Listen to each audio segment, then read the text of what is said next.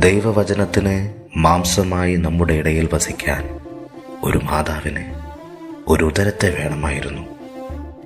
തൻ്റെ സൃഷ്ടികളിൽ ഏറ്റവും മികച്ചതും ഇനി ഒരിക്കലും സൃഷ്ടിക്കപ്പെടാൻ സാധ്യതയില്ലാത്തതുമായ ഒരു സൃഷ്ടി മറിയം.